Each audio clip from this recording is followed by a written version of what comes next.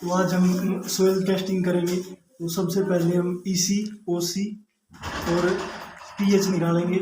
मेरा नाम अंकित है, मेरी class BSc final year 5th same और रोल नंबर है 375। सबसे पहले हमें बीकर में 12 ग्राम मिट्टी लेनी है अपने सोयल सैंपल की। अब हमने 12 ग्राम मिट्टी ले ली है इसमें। अब हम इसमें 24 ml पानी ऐड करेंगे। हमने इसमें 24 ml पानी दिया और हम इस सैंपल में डाल देंगे। अब इसको शेक करना है। अब हम इसको शेक कर लेंगे अच्छे से। ऐसे ही हमने 15 के 15 सैंपल रेडी कर लिए अपने। अब इनकी ईसी और पीएच निकालेंगे। अब हम इन सभी सैंपल्स का पीएच निकालेंगे।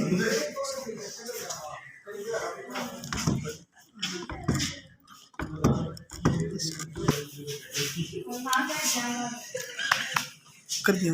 सबसे पहले हम इसको पीएच पे सेट करेंगे, पीएच एंटर करके। अब हम इसको कैलिब्रेट करेंगे 7 पीएच के साथ और अब हम इसको एंटर करेंगे।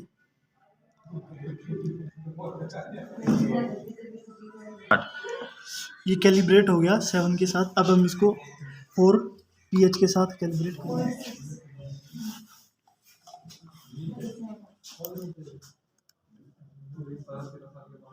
ये 4 पीएच के साथ भी कैलिब्रेट कर दिया। अब हम इसमें सैंपल डालेंगे। एक सेकंड, ये बंद करते हैं, रुक जा। इसका अब हमने अपना सैंपल ले लिया 129। इसको थोड़ा सा ग्लास रोड से मिक्स करेंगे। पीएच के था, अबे दूर रखे है तो चल तू। इसको वॉश करेंगे पीएच प्रोब को। अब हम इसको सैंपल में डिप करेंगे और एंटर करेंगे मशीन में। सैंपल नंबर डालना है 129।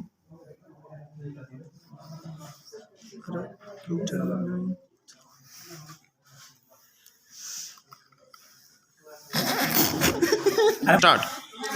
अब हम इस सैंपल की पीएच नोट करेंगे। सैंपल नंबर 129 और एंटर करेंगे।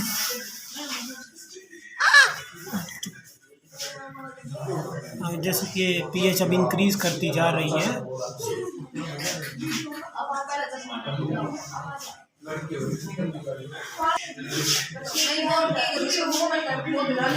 अब हम एंटर करेंगे। हमारी पीएच आ गई है 7, जो कि नॉर्मल पीएच है।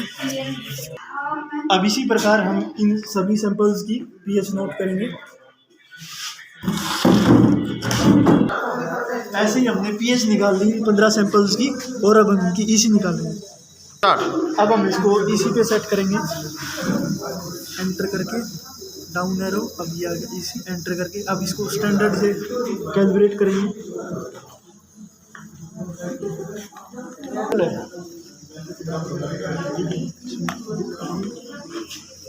और एंटर करेंगे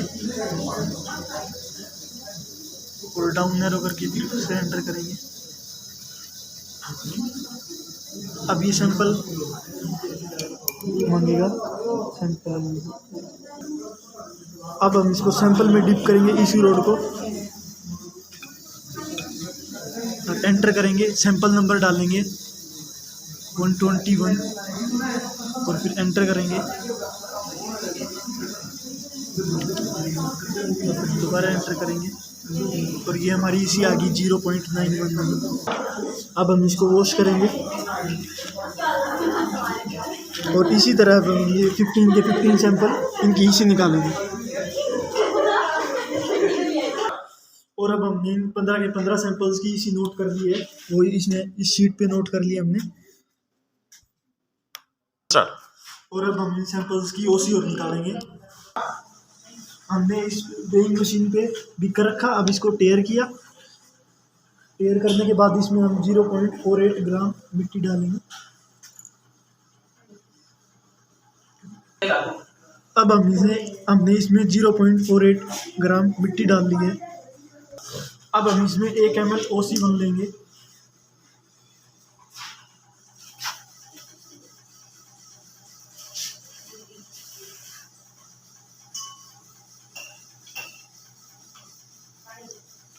अब हम इसको मिट्टी के सैंपल में डालेंगे।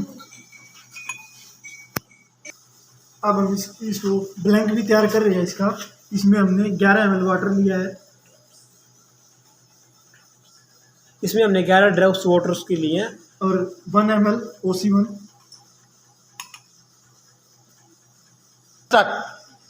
अब हम अपने सैंपल्स में 2 ml OC2 डालेंगे।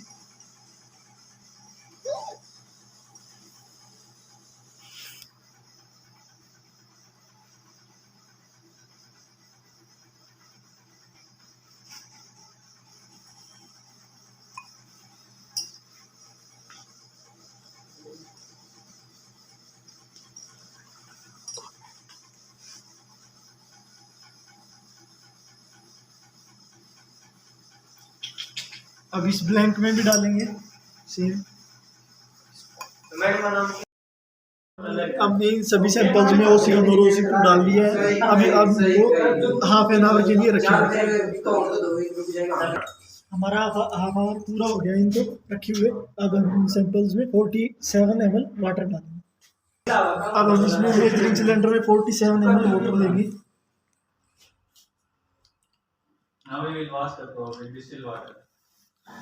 और इसमें ब्लैंक में डालेंगे और फिर दोबारा 47 ml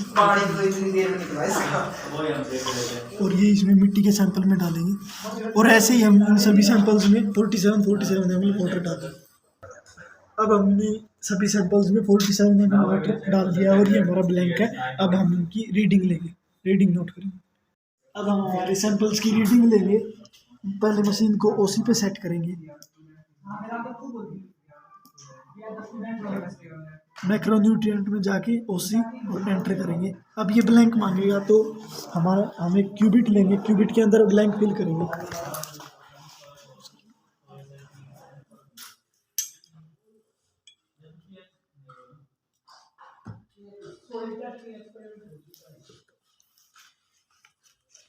इसको थोड़ा सा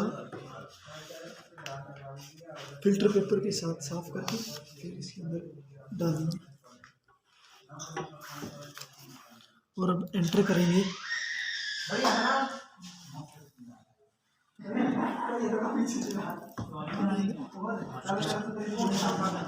एंटर करेंगे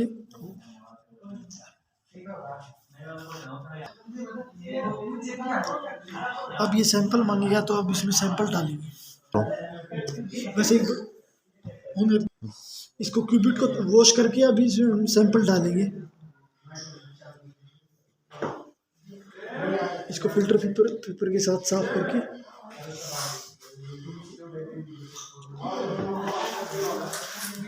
एंटर करेंगे।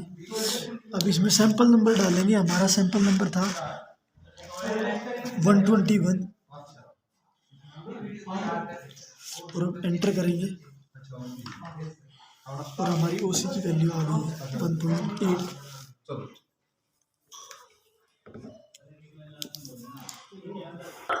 इसी प्रकार हम अभी सभी सैंपल्स की OC निकालेंगे। इस तरह से हमने सभी सैंपल्स की OC निकाल दी है। इस चार्ट में नोट कर लिया हमने सैंपल नंबर एंड OC का result. Thanks. Monkey from BSc final year section B and my class roll number is 148. So today we are going to perform samples of micronutrient zinc. So this we have taken a plastic bottle in which we will first put the soil sample, then we will put the here ZNX and we will calculate the value of zinc, copper and iron, 3 of the micronutrients from this. So first of all we are going to put 3 gram of our soil sample in this plastic bottle. Gradually we will make it 2 till 3 gram.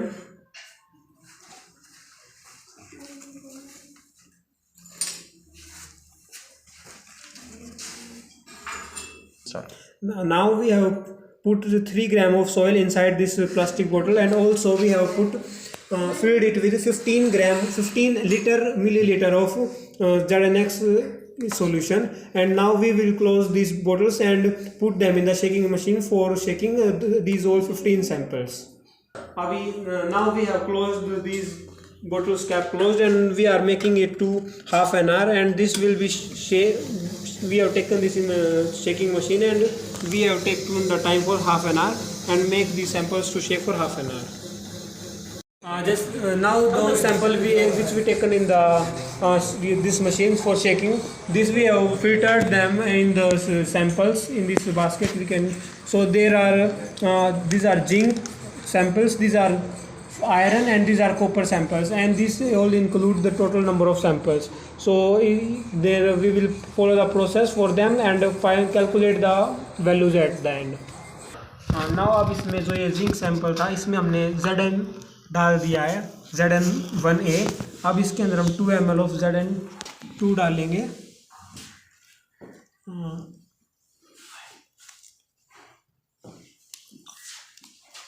Zn2 डालने के बाद then after इसमें हम Zn3 1 ml add करेंगे.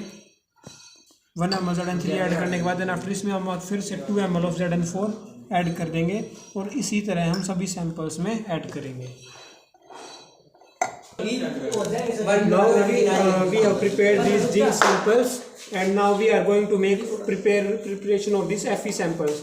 So first of all, we will put 1 ml of Znx in the sample, then after 1 ml of Fe2, and then after 1 ml of Fe1 and Fe2, and after 15 minutes we will take those readings. So similarly we will put the ingredients in same all these samples, and after 15 minutes of them we will take the reading. तो अभी हमारा जैसे ये copper रहता था, सो हम क्या करें, कॉपर की जो वायल्स हैं उनको फिल करेंगे. सो सबसे पहले ये हमारा सैंपल है, इसके अंदर हम 2 ml ऑफ Cu1 डालेंगे, then after 2 ml of Cu2 डालेंगे, then after 1 ml of Cu3 डालेंगे, और इसको फिर 15 मिनट्स के लिए रख देंगे. और सिमिलरली इन सभी वायल्स के लिए यही प्रोसेस को फॉलो करेंगे, और 15 मिनट्स के बाद इनकी रीडिंग ले लेंगे. सो 15 मिनट्स हो गए थे, अभी हम इनकी रीडिंग लेने जा रहे हैं. तो सबसे पहले ये हमने जो जिंक का ब्लैंक बनाया था, इसको सबसे पहले ट्यूब के अंदर क्यूबिट के अंदर फिल करेंगे. देन आफ्टर जो इसके अंदर वाटर वगैरह एक्स्ट्रा लगा उसको साफ़ करेंगे, और देन इसको मशीन में डालेंगे. देन एंटर प्रेस करेंगे, then again down till micro nutrients come, then enter, then zinc. Then अब हम एंटर दबाकर जो हमने ब्लैंक डाला था इसकी वैल्यू डालेंगे. अभी ये हम वो डालेंगे. सो ये जो हमारा ब्लैंक डाला था उसकी जिंक की हमारी वैल्यू है 212.5. देन आफ्टर हम इसको डाउन करके और एंटर प्रेस करेंगे. देन ये हमसे एक सैंपल के लिए पूछेगा, तो हम इसको वापस वायल में डाल देंगे, और इसको थोड़ा सा अगेन से फिल्टर पेपर से थोड़ा सा साफ़ करेंगे. देन आफ्टर हम सैंपल नंबर 129 हम ले रहे हैं इसके लिए, तो इसको क्यूबिट के अंदर डालेंगे. देन आफ्टर इसको अगेन फिर से थोड़ा सा साइड से साफ़ करके, देन आफ्टर इसको फिर से मशीन के अंदर डालेंगे. जो रफ सरफेस है वो अपनी साइड करके डालना है हमें, इसको डालेंगे. देन सैंपल नंबर 129 फिल करेंगे. देन हमारे पास 1.4 वैल्यू आ गई है, जो कि शो करता है कि इसके अंदर जो थोड़ा जिंक कंटेंट है वो काफ़ी कम मात्रा में प्रेजेंट है. जैसे कि हमने ये एक सैंपल के लिए निकाल लिया है, सो इसी तरह हम फर्दर जो हमारे जितने 15 सैंपल्स रखे हुए हैं उनके लिए प्रॉपर फॉलो अप से इसको निकालेंगे. इनसे हमने सभी जिंक की जो भी क्यूबिट्स थी उसकी रीडिंग्स ले ली हैं, और ये इस तरह इसकी जिंक्स की रीडिंग्स हैं. सो अब हमारा नेक्स्ट स्टेप है कि हम आयरन की रीडिंग लेते हैं. तो सबसे पहले उसके लिए जो आयरन का ब्लैंक है उसको लेंगे, उसको फिर क्यूबिट में जो है वो फिल करेंगे. देन आफ्टर उसको थोड़ा सा साइड से साफ़ करके मशीन के अंदर डालेंगे. So first of all in enter, then to micro nutrients, then to iron, then enter, then blank हमने पुट कर दिया तो इसको दबाएंगे. देन हमारे पास ब्लैंक की वैल्यू आई 271.6. देन आफ्टर डाउन करके एंटर करेंगे तो हमसे ये हमसे सैंपल के लिए पूछेगा, तो हम फिर से इसको वापस ब्लैंक को वापस डाल देंगे. और जो हमारा ये सैंपल था, हमने सैंपल नंबर 129 लिया है, इसको डालेंगे. क्यूबिट के अंदर।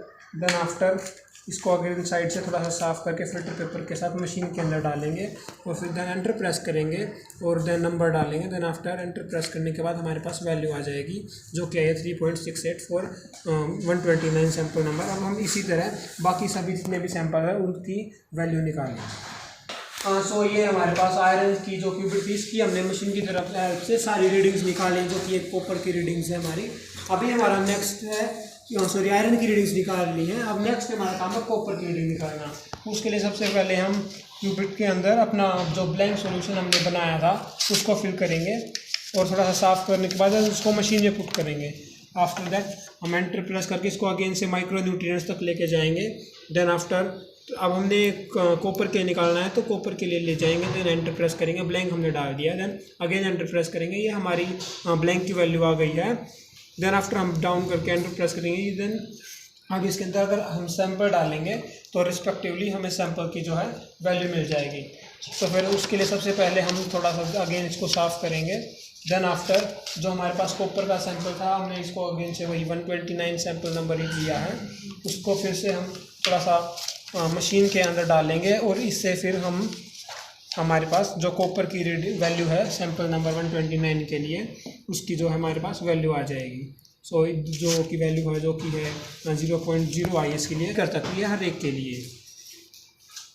हाँ, इसको जो 129 था जो हमारे जीरो वैल्यू आए थे पर उसको दोबारा कैलिब्रेट करेंगे। सो ये हमारी वैल्यू आई है 1.075।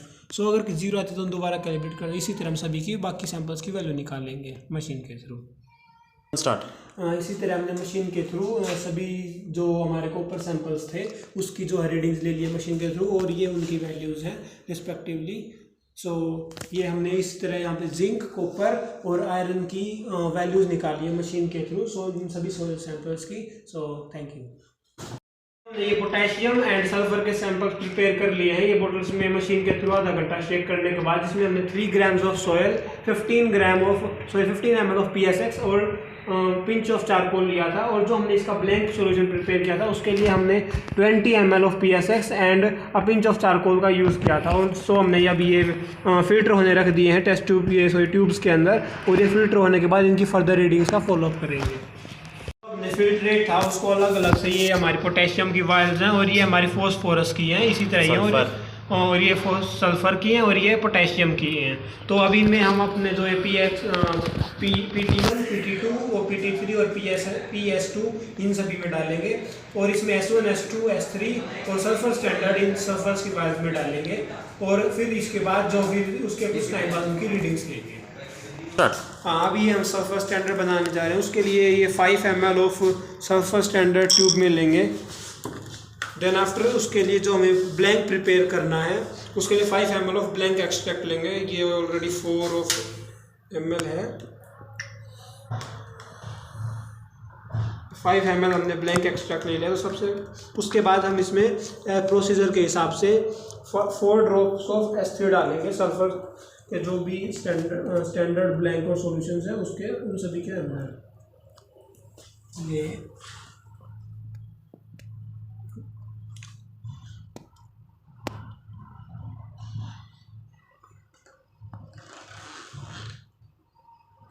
इसी तरह हम बाकी जितने भी सल्फर के हमारे सॉइल सैंपल उनके अंदर 4 ड्रॉप्स ऑफ S3 डालेंगे सबसे पहले।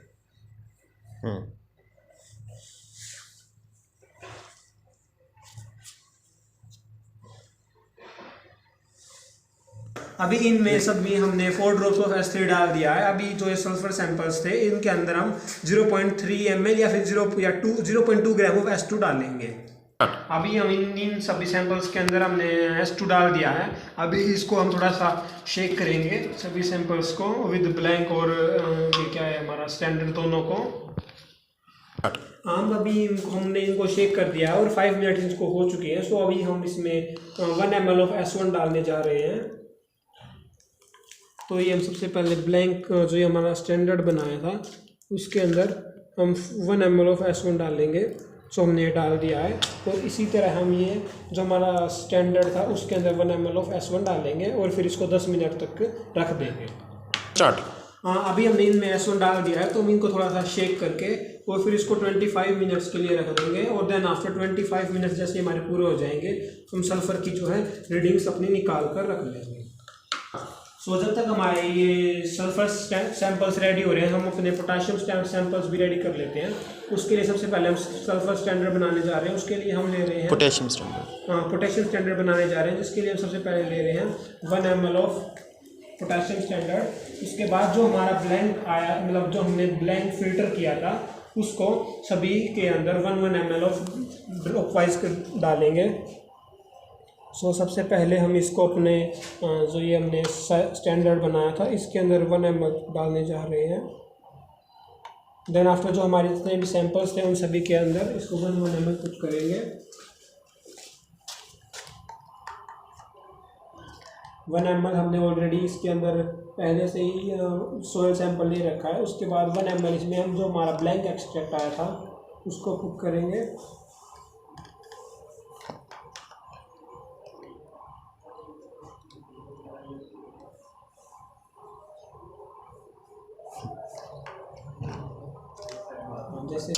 सो हमने 1 ml ऑफ ब्लैंक एक्सट्रैक्ट भी डाल दिया है। अब हम सभी के अंदर 1 ml ऑफ PT1 डालेंगे।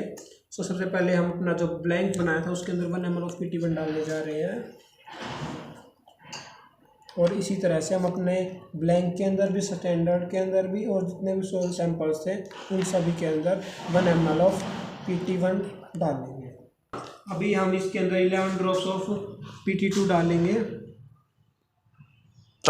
अब हमने इसमें 11 ड्रॉप्स ऑफ PT2 डाल दिए हैं। सो अभी इसको हम थोड़ी देर एक बार शेक करके देन आफ्टर 3 मिनट के लिए रखेंगे। देन आफ्टर इसमें हम जो अपना PT3 है उसको 5 ड्रॉप्स ऐड करके और फिर फर्दर रखेंगे। सो हमने इनको शेक कर दिया। अब हम इसमें PT3 5 ड्रॉप्स डालेंगे। सबसे पहले हम डालेंगे अपने स्टैंडर्ड के अंदर। इनमें हमने PT3 डाल दिया है। अब इसको इन सभी को एक बार फिर से हम शेक करेंगे और फिर 1 मिनट रुककर इसमें फिर 1 ml ऑफ PS2 डालेंगे। अभी हम इनके अंदर ये जो हमारा PS2 है ये 1 ml डालेंगे। अब इसको हम 10 ml तक डाइल्यूट करेंगे। सबसे पहले हम स्टैंडर्ड को 10 ml तक डाइल्यूट कर रहे हैं। देन आफ्टर ब्लैंक को, और इसी तरह से हम जो हमारे बाकी के सोल सैंपल्स हैं उनको भी 10 ml तक डाइल्यूट करके और फिर उसकी शेक करने के बाद 5 मिनट के बाद उसकी रीडिंग्स निकाल लेंगे। अभी हम रीडिंग्स लेना स्टार्ट करें तो सबसे पहले हम सल्फ़र की रीडिंग लेंगे। उसके लिए इसको मैक्रोन्यूट्रिएंट से सल्फ़र पर सेट करेंगे। देन आफ्टर इसमें हम जो हमने ब्लैंक बनाया था उसको हमारा 25 मिनट्स हो चुके हैं। सो अभी इसको हम अपनी जो हमारी वायल थी इसके अंदर फिल करके साइड से थोड़ा सा फिल्टर पेपर से साफ़ करके और मशीन के अंदर डालेंगे। देन आफ्टर एंटर प्रेस करेंगे तो हमारी वैल्यू आ जाएगी। देन आफ्टर एक बार फिर से अगर इसको हम कैलिब्रेट करेंगे देन आफ्टर स्टार्ट। सो अब हमने अब ब्लैंक लगाया। अब ये हमसे स्टैंडर्ड के लिए कोई, सो हम इसमें स्टैंडर्ड डालेंगे सल्फ़र का। स्टैंडर्ड फिल कर लिया हमने। देन आफ्टर ये पुट करेंगे। देन आफ्टर एंटर प्रेस करेंगे। अभी जो हम इसमें स्टैंडर्ड के लिए एंटर प्रेस करेंगे देन आफ्टर फिर हम इसमें सैंपल की रीडिंग डालेंगे और फिर उसी तरह हम पूरे जो कि हमारे 15 सैंपल थे उनकी रीडिंग ले लेंगे। अभी हमसे सैंपल के लिए पूछे तो हम सैंपल की रीडिंग शो करेंगे। देन आफ्टर अपना जो फॉर्मेट है वो एंटर करेंगे। शो सो ये हमारी जो वैल्यू आई है वो 0.50 आई है फॉर 129 सैंपल नंबर के लिए। सो इसी तरह हम बाकी 15 जो हमारे सैंपल्स उनकी रीडिंग्स निकाल लेंगे। इस तरह से हमने जो अपना सल्फ़र की थी उनके सभी सैंपल्स की रीडिंग्स जो है वो कैलिब्रेट कर दी और इस तरह लिख दी हैं। अब हम फर्दर क्या करेंगे, उसकी पोटेशियम की रीडिंग्स निकालेंगे। सो अब हम पोटेशियम की रीडिंग लेने जा रहे हैं। सो उसके लिए सबसे पहले जो हमारा ये ब्लैंक था उसको क्यूबिट के अंदर फिल करेंगे। देन आफ्टर इसको थोड़ा सा साफ़ करके और इसको फिर इसके अंदर डालकर और इसको पोटेशियम के ऊपर मशीन को सेट कर लेंगे। उसके बाद इसमें ब्लैंक डाल लेंगे। देन आफ्टर ब्लैंक डालने के बाद एंटर प्रेस करेंगे। That is 250.01, then down press करेंगे, देन एंटर प्रेस करके अब हम इसमें स्टैंडर्ड के लिए नोट करेंगे। उसके लिए सबसे पहले हम इसके अंदर स्टैंडर्ड जो सॉल्यूशन हमने बनाया था वो डालेंगे। स्टैंडर्ड सॉल्यूशन डालने के बाद मशीन में रखेंगे और एंटर प्रेस करेंगे, जो कि हमारा है 0.252। देन डाउन प्रेस करके फिर से एंटर प्रेस करेंगे। वो फिर जो हमारे सोइल सैंपल्स थे पोटेशियम के लिए, उनको एक एक करके इस मशीन में रखते जाएंगे और उनकी रिस्पेक्टिव वैल्यूज़ लेते जाएंगे। तो सबसे पहले हम ले रहे हैं 129 सैंपल नंबर को।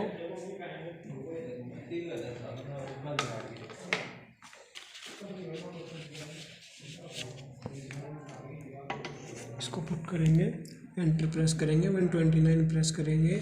देन आफ्टर जो हमारी वैल्यू आई है वो 129 के लिए आई है 4.1। इसी तरह हम बाकी जो हमारे 15 सैम्पल्स हैं उनकी वैल्यू निकालेंगे।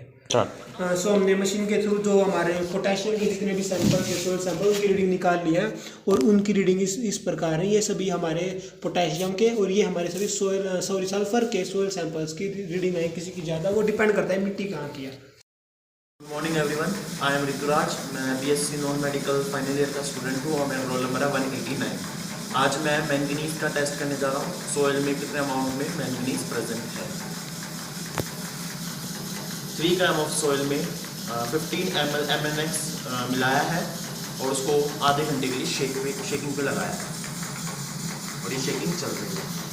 गो। शेकिंग के बाद हमने फिल्टर कर दिया सोइल एक्सट्रैक्ट को। अब हम इसके अंदर 5 ml MnX डालेंगे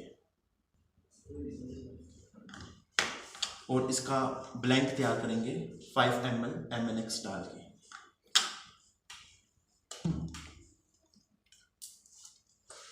हम हर एक के अंदर 0.5 ml Mn1 डालेंगे।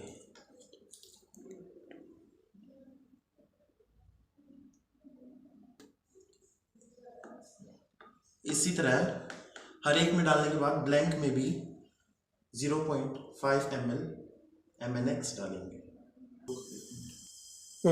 अब हम 0.2 ग्राम Mn2 सैंपल और ब्लैंक में डालेंगे।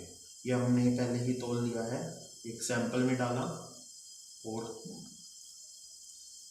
Mn2 ब्लैंक में डालेंगे।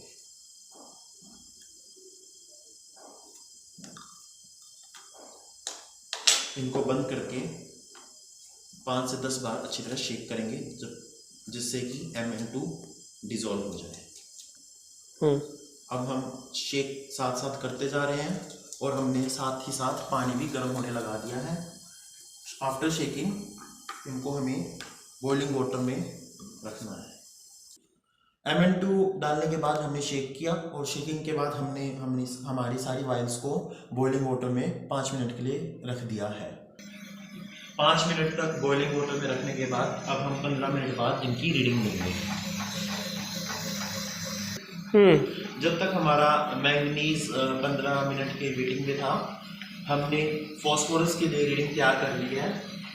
सैंपल तैयार कर रहे हैं। इसमें हमने 0.6 ग्राम मिट्टी, 12 ml PHX और 0.3 ग्राम चारकोल लिया है और उसको अभी हम आधे घंटे के लिए शेकिंग पे लगा रहे हैं। को हमारे 15 मिनट हो चुके हैं और हम मैंगनीज की रीडिंग निकालेंगे। इसको ऑन करा, मैंगनीज में लेके जाएंगे micronutrient, zinc, boron, iron, manganese. ये हमसे ब्लैंक की रीडिंग मांग रहा है। हमारा ये रहा ब्लैंक।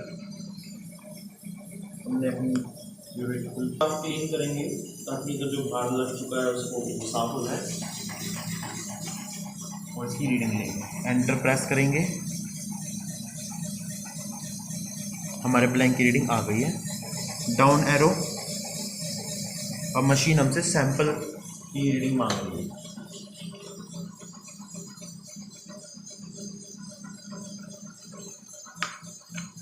प्यूरिट को साफ करेंगे। अब हमसे ये सैंपल की रीडिंग मांग रहा है। मैंने सैंपल नंबर 123 लिया है, इसको फिल करेंगे।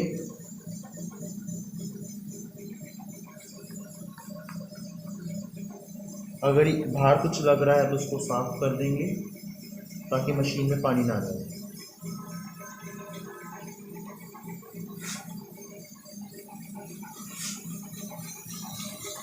मशीन में रखेंगे।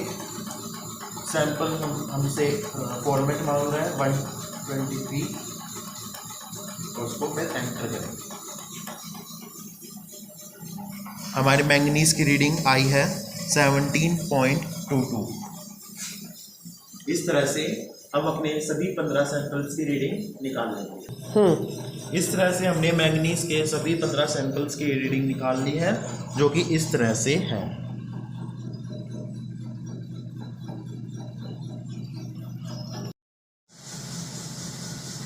फॉस्फोरस के सैंपल हमने फिल्टर कर दिए हैं और हर एक वाइल में हमने 2-2 ml सैंपल ले लिया है। अब हम इन 2-2 ml सैंपल्स में 5 ड्रॉप pH1 डालेंगे इंक्लूडिंग ब्लैंक में। 5 ड्रॉप pH1 डालने के बाद हम इसमें 2 ml pH2 डालेंगे। देन 1 ml pH3 डालेंगे।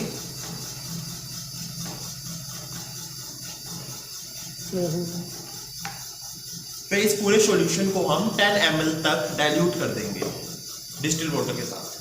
10 ml तक डाइल्यूट करने के बाद अब हम फॉस्फोरस की रीडिंग लेंगे। पहले इसको स्टार्ट करेंगे मशीन को।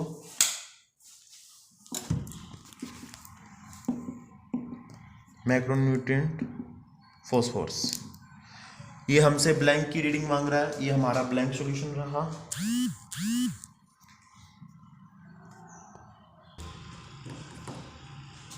हमारी ब्लैंक की रीडिंग आ चुकी है। डाउन एरो, अभी हमसे सैंपल की रीडिंग मांग रहा है। अब मैं सैंपल नंबर 125 है, सैंपल नंबर 125 इसकी रीडिंग लूंगा।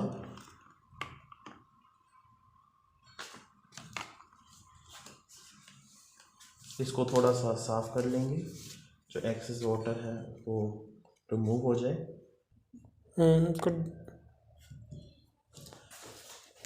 हमने सैंपल नंबर 128 की रीडिंग निकाली है, जो कि है 237.9। इस तरह से हम सभी 15 सैंपल्स की रीडिंग निकाल देंगे और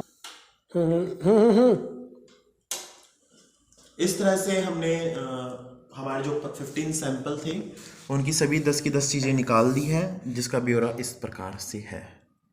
थैंक्स यू।